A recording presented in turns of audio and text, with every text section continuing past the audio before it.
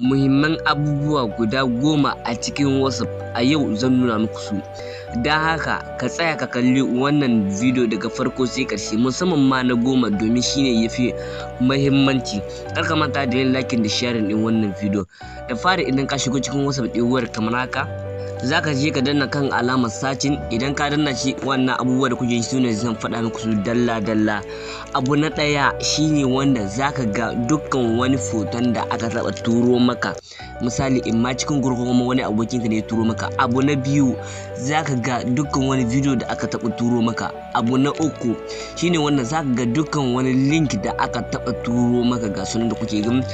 Abu na hudu zaka ga dukkan wani gift da aka taɓa turo maka. Sai kuma abu na biyar zaka ga dukkan wani audios da aka taɓa turo maka a WhatsApp. Sai kuma abu na shida zaka ga dukkan wani file da aka taɓa turo maka. Sai kuma abu na bakwai zaka ga wannan ban san shi ba. Sai kuma abu na takwas zaka ga dukkan lambobin mutanen da aka gare ka. To shi kuma abu na tara zaka ga dukkanin lambobin mutanen da aka gare ku wanda baka yi masu suna ba.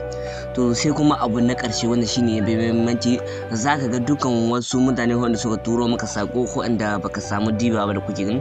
Wanda kuke su ne wanda suka turo min sako wanda ban diba ba. Kenan yanzu ba sai na sha wahala wajen neman wanda suka turo min sako ba.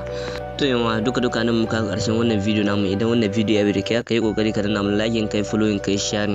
Sannan daga cikin wannan abubuwan guda 10 kai kokari ka rubuta mana wanda yafi birge ka a cikin comment daga cikin wannan abubuwa guda